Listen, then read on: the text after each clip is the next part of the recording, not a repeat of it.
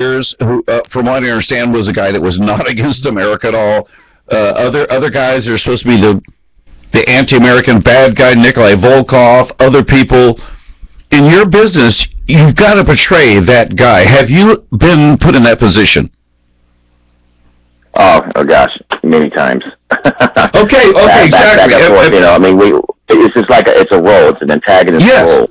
You know what I mean? And when you take on a role like that, you want to think not only how to be the best antagonist possible, but the best way to exemplify who you have the story with. Yeah, to infuriate, too. And make the big hero at the end, because that's what it's all about, showing, patriotism and pride and the fact that people can live vicariously through the hero that you're in the story. Sure. Yeah, what you're doing as the villain is the better the villain you are, the bigger the hero becomes. Sure. Absolutely. You lead the dance. And what it is, it's really a life's lesson. It's a life's lesson. That the bigger the villain is, it's going to require the bigger the hero, but that the bigger the hero is, he will defeat the villain in the end. I mean, that's why I believe it works, is because it is life's lesson. Am I off base here? Yeah, and it's just like it's a revolving door between art imitating life and life imitating art, vice versa. It's all connected. Yeah, and I know that when you do wrestling matches, you probably every match have veterans and active duty people if they're around in the crowd. Oh yeah, they're our biggest fans. And it's an honor for somebody like myself to perform and do what I do best in front of them. Because in my eyes, they are the true heroes of the world, hands down. Now, I don't think they actually do too much in the professional wrestling world anymore. I remember years ago where you had the bad guy that would actually, in my opinion, cross the line and he'd stomp on the flag. Or he'd do something, he wants to show how anti-American he was so the good guy could be that much better when he beat him. But aren't they a little more sensitive to that today? Yeah, it's a different day, a different time and era. I recall there was a couple of guys that did tours overseas that tried to go that extreme route of getting heat. Mm-hmm. And certain countries, that's like forbidden. Yeah. Flag and everything. So, it's a different time, but, the story's still the same. Speaking of different countries, professional wrestlers like American military people are pretty popular around the world. At least they used to be. Why do you think that is? Oh well, it's because a lot of countries, even to this day, look up to us. For our patriotism and the pride that we have in our own country, because it inspires them. We're still looked upon, even though it's a different time and a lot of things have happened. Right. Some countries still look up to us as like an inspirational country, and look for us for to be uplifted because the fact that they get vicariously kind of live through us and the way a lot of us patriots show our pride with our country. Stro, a lot of people would have us believe that the rest of the world, doesn't want us around. They disdain us. What you're telling us is something quite different. Do you think we could get that mojo back? Yeah, absolutely. All we need is leaders, and good leaders. And what I mean by leaders with guts, leaders with strength, leaders with compassion for our country and our Constitution and our people. Because without that, you don't have a leader. Enough said. Enough said. And yeah. There's also a difference between a leader and a political leader. Exactly. And that's what I'm afraid we've gotten into. Yeah. Yeah, but just like in the wrestling ring, I think the situation can turn, and we can be great and be the leader on the world stage like the rest of the world. What you're telling me is really the rest of the world wants to be able to look up to us for that inspiration and for that drive for themselves. They do. Because they see it. They see it in the people here in our country, the way we present pride with our flag and our patriots and our soldiers, and how we love our country and the people that paved the way for us. So it's like now all we got to do is get everybody else here on the ball and involved, and make it happen. You know, and it still can be done. You know, and because a leader, like with each worldly country or nation, whether a leader is a symbol of that country, and it has to represent everything good about that country: the strength, the compassion, the firmness. And without that, you know, without that leadership representing us, then, you know, the rest of the world, you know, frowns on that. And because they you know, we're still America, but we just need that leadership again. Well, I think you're probably just a little bit younger than I am, and I'm sure that you remember when America was Camelot. America was the shining light on the rest of the world. Oh, yes, and sir. today, we're the people that everyone expects to be the shining light on the world, and they see us, they see a failure there. And when you think about it, who else do they have to go to? The imams of the Muslim faith? I don't think so. There's no one else in the world except us.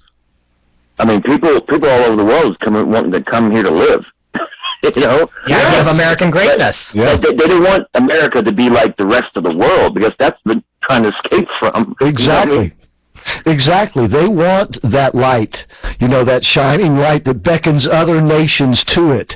And when we're not shining so bright, the rest of the world gets the fright, and they feel the Thank you, UN. they feel the pain, certainly. And this is something that Americans, I don't think many Americans appreciate the responsibility that comes along with being the great free country that we are. That we have to be strong. That we have to be the example to the world, Maestro. Yeah, you know, it's not, like you said, it's not about politics.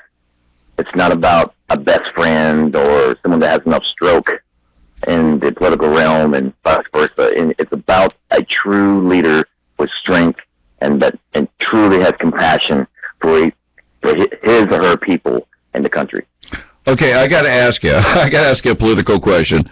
You see anybody out there that can do that? Is there anybody you're heading towards in this next election? And please don't tell me it's Hillary. Come on. Well, I'm just looking at the facts, and until someone steps up, and not trying to be a nice guy or trying not to offend nobody, because that crap should be out the door at this point, because we need someone with some guts and some strength to help build this country back up again. No matter what party they come from or whatever, they need to have the guts and the know-how to stand up and be a leader, not only feared but respected throughout the world. And we certainly don't have it. We haven't had that for a while now. And I would say one thing about the candidates. You know, I mean, you got some good people running. Don't get me wrong, but until that one guy or gal that I see that steps up and says enough's enough, you know, and shows that strength. I mean, you've got Scott Walker, for example. I mean, he beat the Union in the state. How many politicians can say that? Yeah. I mean, Repeatedly beat them. Yeah. Yeah, but 3 times smackdown. Yeah, exactly. But you're right, Stro. The people are looking. They're starving. They're dying of thirst for that type of leader. And the one who steps up and shows those qualities, I do believe will run away with this thing, because the rest of them will just look like so lackluster compared to that. So let me change the subject a little bit while we still got you. And by the way, we can do this again. We can't have you back. But I understand that you're a born-again Christian. Absolutely. Can you give me a little bit of your testimony? Us a little bit of your testimony? Well, I was saved when I was 11 years old, actually, when I was a kid. Oh, boy, you were fortunate. You were blessed. For many of us, it took a lot longer than that. Of course, you know, I'm not like anybody else. I've gone through trials and tribulations and ups and downs in my life. But I mean, God, definitely strong with me. And you know, I mean, it's more than a religion. It's more than, I mean, it's a way of life. Because you know, God, I mean, He'll change your life, and He'll be there no matter if, you know, your best friend leaves you or whatever. I mean, God will be there for you. I mean, He's just like family, thick and thin, and He'll be there for you, and He truly cares. You ever get anybody come up to you and say, how can you be, a Christian and a professional wrestler? They just kind of don't go together or something like that. How can you be the bad guy? Well, yeah, Well, I mean, who do you think controls the stories? Who do you think controls the skies and the water and the mountains and everything on this earth and beyond? I mean, God controls the grand stage, good, evil, everything. It's all in His control. So, I mean, how can you not believe in Supreme Being? I mean, He's the true master. At the end of the day, you're absolutely right. Have you found that you needed your faith in particular at any given particular time in your life? Oh yeah, all the time. Yeah. Because, you're always being tested. You're always going through a trial or a relation in your own world. But I mean, through God, all things are possible, and He makes it happen. You're right, and you talked about God making changes in your life. That's how you know you got God in your life, when things begin to change. And sometimes it might not seem like for the better initially, but it does turn out that way when you really have God in your life. Absolutely. I mean, people may think they got control. I mean, God's always in control, no matter what. Yeah. So you became a born-again Christian that early in life. I take it that your family had a strong influence on that happening. Absolutely. I mean, real old school upbringing. I was raised in the Baptist church locally, and my grandma took me to church every Sunday, and we had a Pacific pew where she would sit at. And, right. She was like my first big influence. Me going to church and everything, and she was a good Christian woman, and God bless her. I missed her to this day. I mean, she was a great role model and helped me out so much. And that's so important that we have extended families, because that seems like it's a fading phenomena in our culture.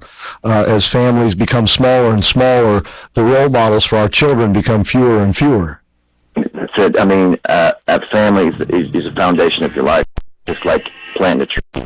Once you establish that tree and it roots in, I mean, that's your foundation. That's how you grow like a tree in your life. Hey, Stro, we got to take a break, but I want to keep you a couple minutes on the other side. I know Laura has another question for you. I think I have another one or two. So can you stay with us a few more minutes? Absolutely. Thank you. Okay, we're talking with Robert Kellum, known as the Maestro, and we'll be right back with more of the Stro.